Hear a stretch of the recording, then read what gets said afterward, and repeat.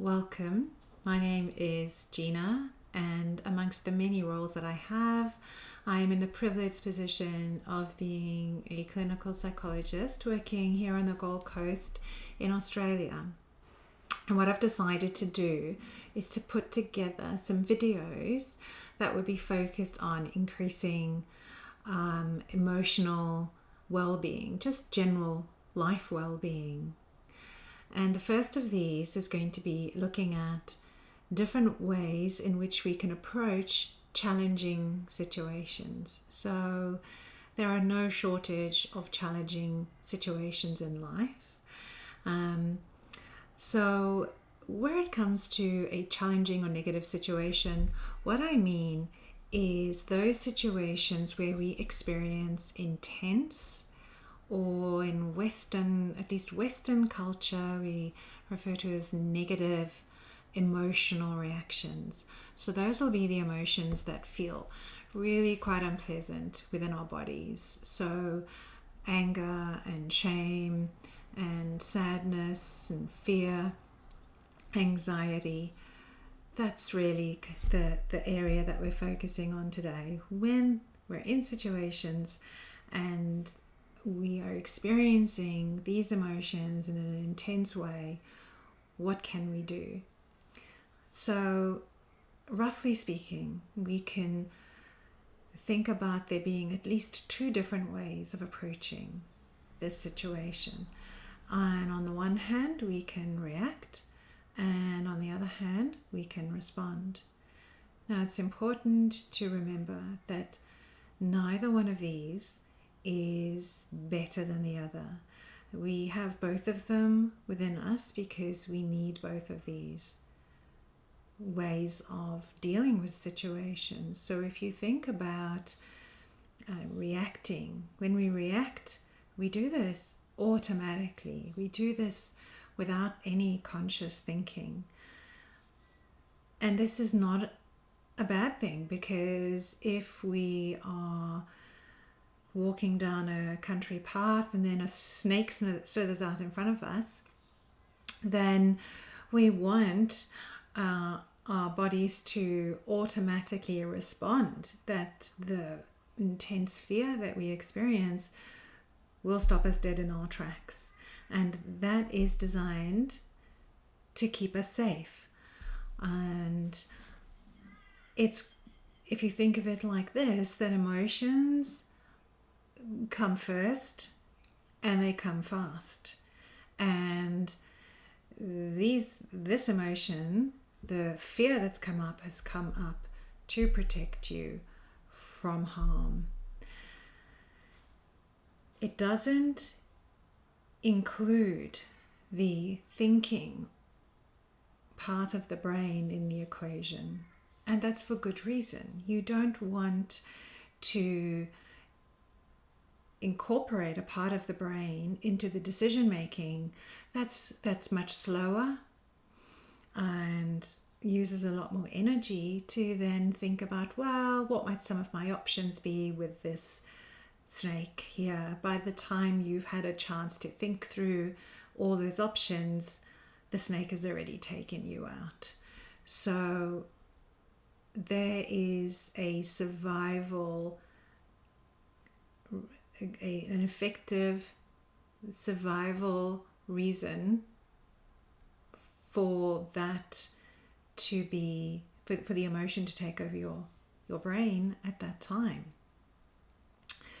So the downside, though, of this is that we have one threat system inside, and the same threat system will be the one that's responding to grave danger versus the kind of more modern dangers within our environment. And you could think of those dangers as being the ones that are more connected with our identities. So when our ancestors were confronted by a hungry lion and their heart rate went up and fear took over, and they either fled or ran up a tree, whatever it was that their emotion system got them to do, and shut off the conscious kind of thinking mind that would go through all the kind of different carefully thought through options. That's the same. We're using that same system today to deal with situations where we might be running late for work, or perhaps we're in a meeting and our boss has just said something really critical to us in front of other people.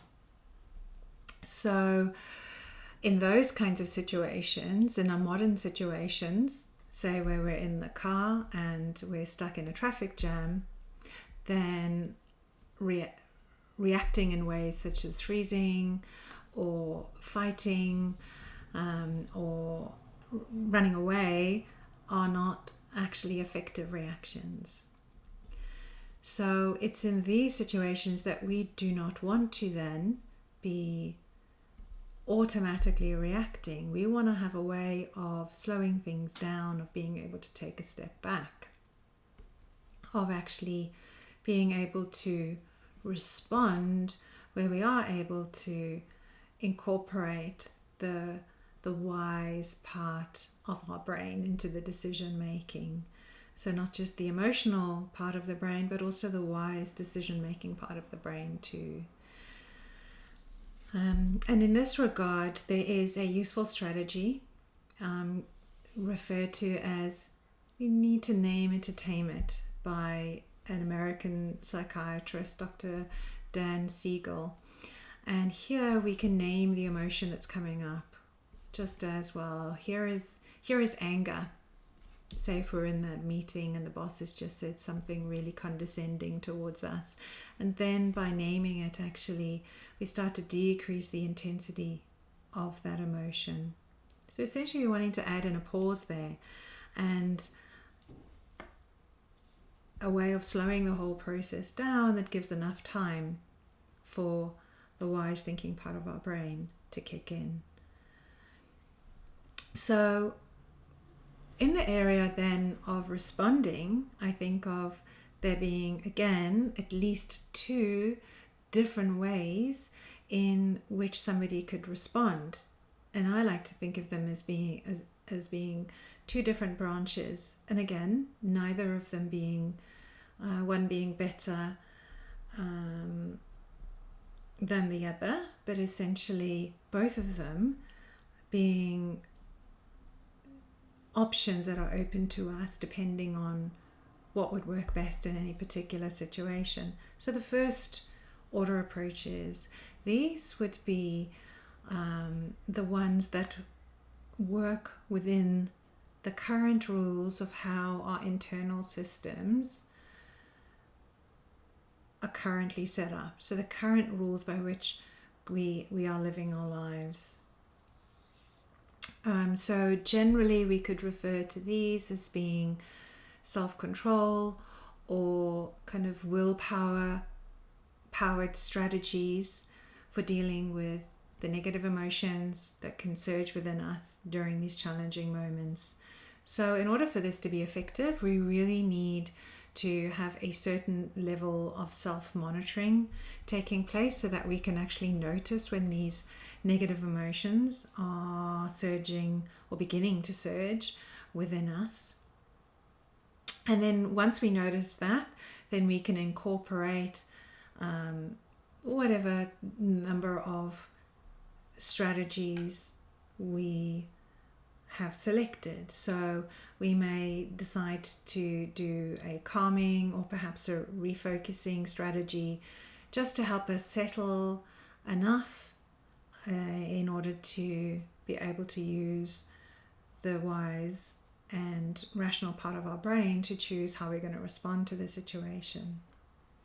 So that's the one set of strategies. And there are a whole load of strategies that belong to that camp. And we are certainly going to be going into those as we go along here. But there are another set as well. So it could be that working with the current rules of the system and calming, trying to kind of use strategies to calm ourselves down, it could be that that's not enough, that we still find ourselves reacting in ways that is just not helpful. So what are we going to do in those situations? So there, I like to think of these as being more second order approaches to dealing with ourselves in this situation. And by this I mean we don't work within the rules of how our self system operates, but we actually work at the level of changing the rules by using these strategies. So for example, we may have learned when we were growing up that it's dangerous to be vulnerable and to let other people get too close to us. And that may have been a very effective rule to live our lives by when we were little, because perhaps that was true. However, that rule may not be effective for us in our current day lives where things are now different. So for example, we might find that it's really hard for us to let other people get too close to us, that as soon as relationships between us and other people start to get closer, that we start to experience this as being really uncomfortable, and we may find ourselves sabotaging our relationships. And so when we're in a situation like that, then it may be a better option for us to work with the actual rules of the system, our self system. And as we go along, I'll explain a lot more about what I mean about that. So for example, then these could be the kinds of kind of change processes that may be better to do in a supported environment, say with a psychotherapist, where, for example, in a therapy session, what you might do is reprocess some of the unprocessed memories from your early childhood. And in this way, by doing this, you then essentially dissolve the intensity of the emotions that you experience in those situations, and you may not even need then any of the willpower based strategies to deal with the situation moving forward. So anyway, at the beginning, what we're going to do is we're going to be focusing more on the kind of self-control, self-directed strategies.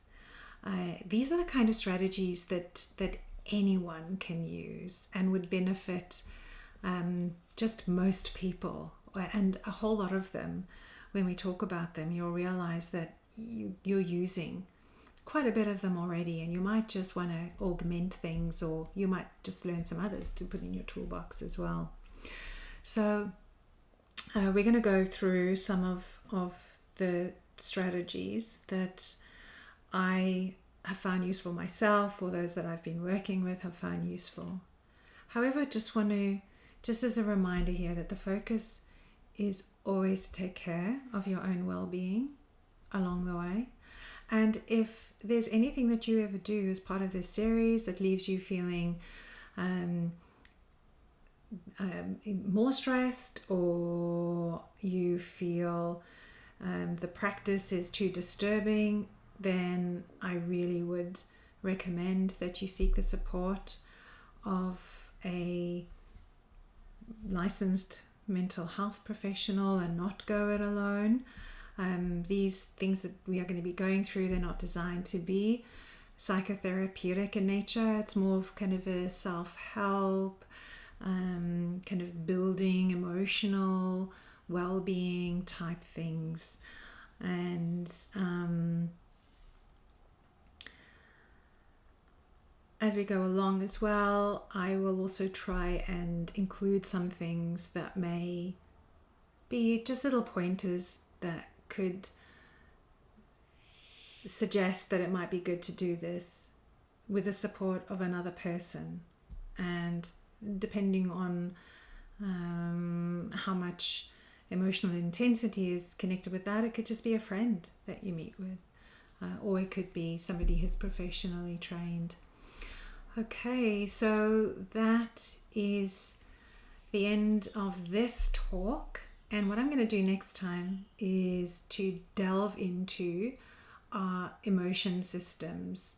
And it really is information that I think is so useful and that I think everybody should have. So those of you with kids, I think you're also going to find some of this stuff interesting as well in terms of teaching your kids. Anyway, I'll see you next time. Thank you so much for joining me. Goodbye.